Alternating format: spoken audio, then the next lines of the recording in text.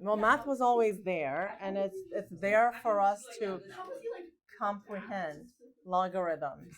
Like, could we not live without logarithms? We can't live without. We can't live without logarithms. How can we live without logarithms? How can we? Oh my gosh! Oh my gosh! How simple life! Oh my gosh! No way! How boring life would be. Okay, so I had started saying that there is no such thing. Well, there is, but I'm not going to say. Okay. It's proofs. I don't teach it. No, it's not proofs. I love proofs. Oh boy. Love proofs. Okay. So a logarithm can have any number as its base. However, there is a special base of 10, which are called common logarithms, right? Because they happen so often. Like, for example, the Richter scale is a log base 10. The pH scale is a log base 10, right? And it's so common that they're usually written without the subscript of 10. So for example, like, do we ever write 1x? No, that's silly. We just say x, right? And same way, if I have, let's say, log base 10 of 5, nobody writes the 10. We just say log of 5, and it's understood that there is a base of 10. Just like for the x, it's understood that there is a coefficient of 1, okay? Because it's the common logarithm. So, okay. So then, log base 10 of x is just log of x.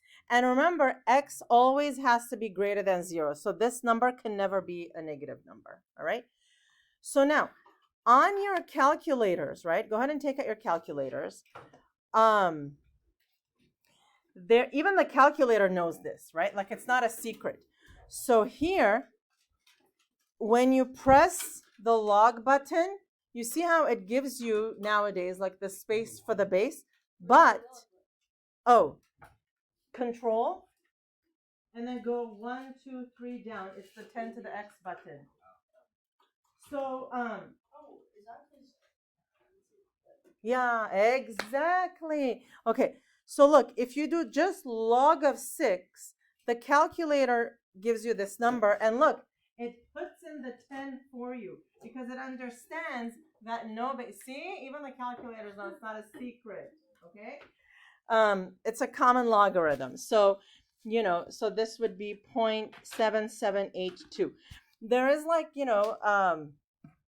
unwritten code of law where for logarithms, we always go to the 4th decimal place. So here, right, log of, 0.35 is a negative number, which is okay. That can be negative. Okay? The answer can be a negative because the answer to a logarithm is a what? Exponent. You can have negative exponents, right? Like I could have 3 to the power of negative 2, right? But if I have a base of 3, can you come up with any exponent where the answer will be a negative number? No. That's why, you can't have log of a negative number. All right. So, all right. So now let's take a look at this. So what we have here is an exponential equation.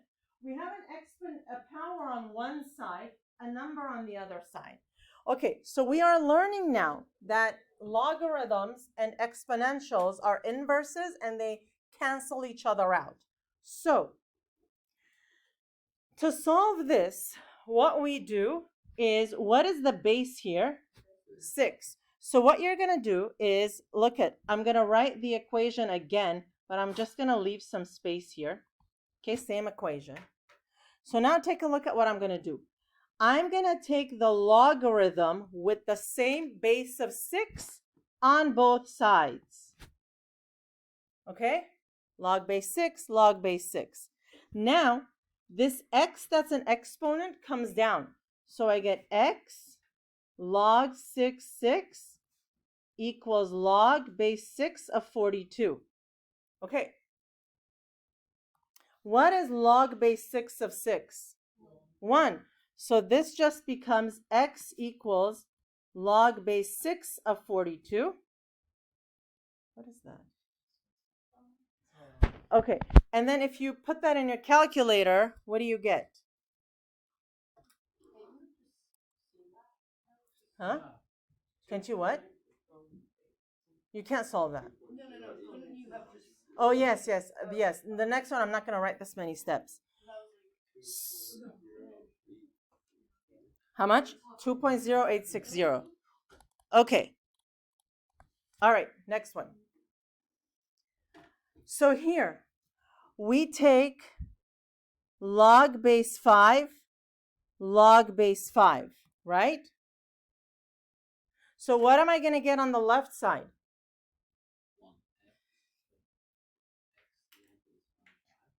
Huh? So yeah, so the x comes down. X times, what's log 5, 5? 1 equals log base 5 of 62. So x is 2.5643. Okay? Yeah. Okay, now, that was by taking a logarithm. There is also method 2 for this. Let me write the problem again. Okay? Can we write this in logarithmic form? Where's the base? Log base 5 of 62 is equal to the exponent x. Do you see how they give you the same thing? Okay? Because one is the inverse of another. So both of these methods are equally okay. Okay. Correct. You don't have, yeah. Okay. With these basic ones, you can do it with method 2. C and D, there's only one way to do it. You have to take a logarithm. But look at this now. You have something to the power and then a different base to the power. Here, there's only one base, so we took log base that number. Well, here, how are we going to decide which base we're going to take? Instead of having them battle it out, we choose a completely different base of 10. Okay? So what we do is we just take regular old log of both of them. So we say log, write small because this is going to take long, 8 to the power of b minus 1 equals to log 5 to the b. Okay? So do you see that? What's the base of this log? 10. What's the base of this log? 10. Instead of having 8 and 5 fight with each other over which one we're going to use, we just said, forget both of you, we're going to do log base 10. Because 10 is the common base. So now these move down. So I get b minus 1 times log 8 equal to b log 5. Now, distribute. So b log 8, this looks like blog. B log 8 minus log 8 equals to b log 5. What am I solving for? B. So what I need to do now is take all the things with a b to the left side and everything else to the other side. Okay? So b log 8 minus b log 5 equals log 8. Okay. No, it looks like blog. So I have b here. I took this term with a b here. I took this that doesn't have a b over here. Everything with a b on this side. Everything without a b on that side.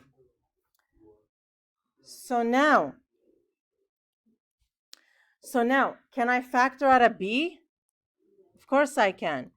Log 8 minus log 5 equals log 8. Now what do I do? How do I solve for b? Well, I just divide by the parenthesis. So I divide both sides by this.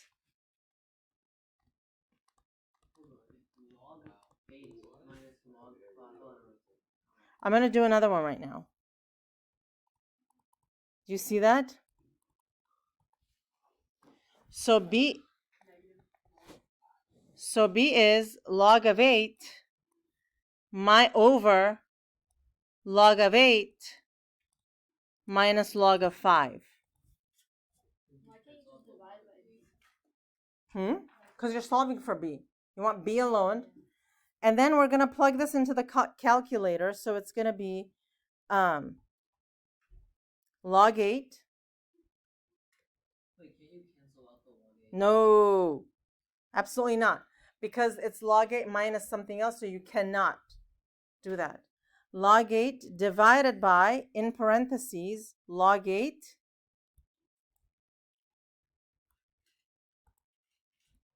minus log 5.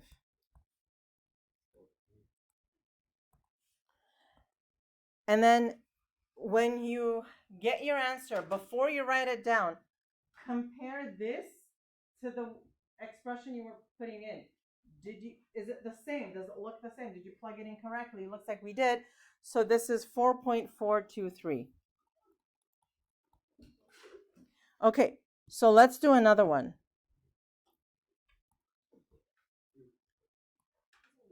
It's a lot, but it's okay because you guys can do this. Okay, okay. So first, take the log of both sides, all right? So basically that's log. Okay, so when you write it down, it's going to be log 3.1 y minus 5 equals log 9.2 y. Now what do? You bring the exponent down, okay? So y minus 5 in parentheses log 3.1 equals y log 9.2. Now what do? Distribute. First distribute. Y log 3.1 minus 5 log 3.1 equals y log 9.2. What am I solving for? Y. So what do? Right. Bring all the y's to the same side. So y log 3.1 minus y log 9.2 equals 5 log 3.1. What am I solving for? Y. Factor out a y. Log 3.1 minus log 9.2 equals 5 log 3.1.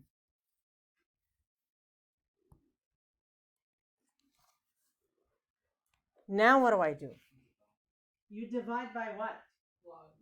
These parentheses. You divide by everything in the parentheses. So y is 5 log 3.1 over log 3.1 minus log 9.2. And that's it. You can't cancel anything out. You can't do anything, okay? If this was a non-calculator section, you would actually leave it like that, okay? All right, so we're just going to leave it like, I know you guys know how to put it in your calculator. Okay, so let's move on. Here is another place that logarithms are used. Decibels is a measure of how loud something is, okay? And it's represented by this formula here. Okay, what are all these numbers? L is the decibels, like how loud it is. I is called sound intensity. M is minimum intensity audible by the human ear, okay? What sound intensity, okay, what was sound intensity? I, okay, so you see how I write that down? Of a jet engine, what is the sound intensity of a jet engine whose loudness, which is L, is 125 decibels if M equals 1. Oh, yeah. There is a range that you're... Okay. That's a frequency. Yeah. There's a frequency, like there is a range of frequency that you can... But this is... No, things aren't louder than you can hear, but there is a minimum loudness. Like if you turn down the volume, there is a certain point where like you can't hear anymore, right? Even though it's still going. That's the minimum that could be heard by the human ear. Okay, so 125 equal to 10 log, oh, sorry, hang on. 10 times log 125 over, what did I just do? Oh my God, sorry guys. I over 1, sorry, okay? So, okay, so I'm gonna divide by 10.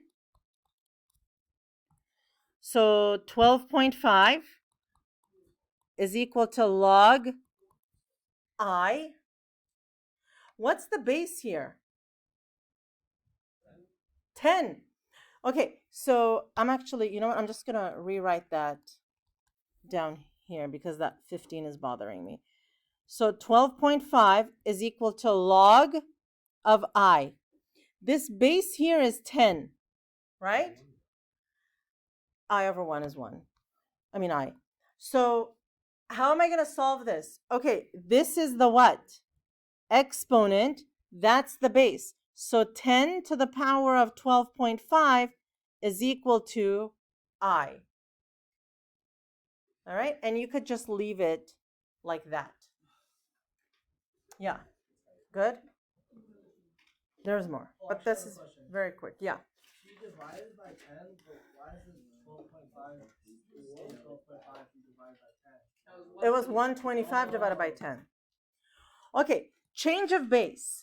Change of base formula allows you to write anything in another base. So the way we do it is this. If you have log base A of n, you can change the base, right, from A to something else. And basically you do log of n over log of that A number, all right?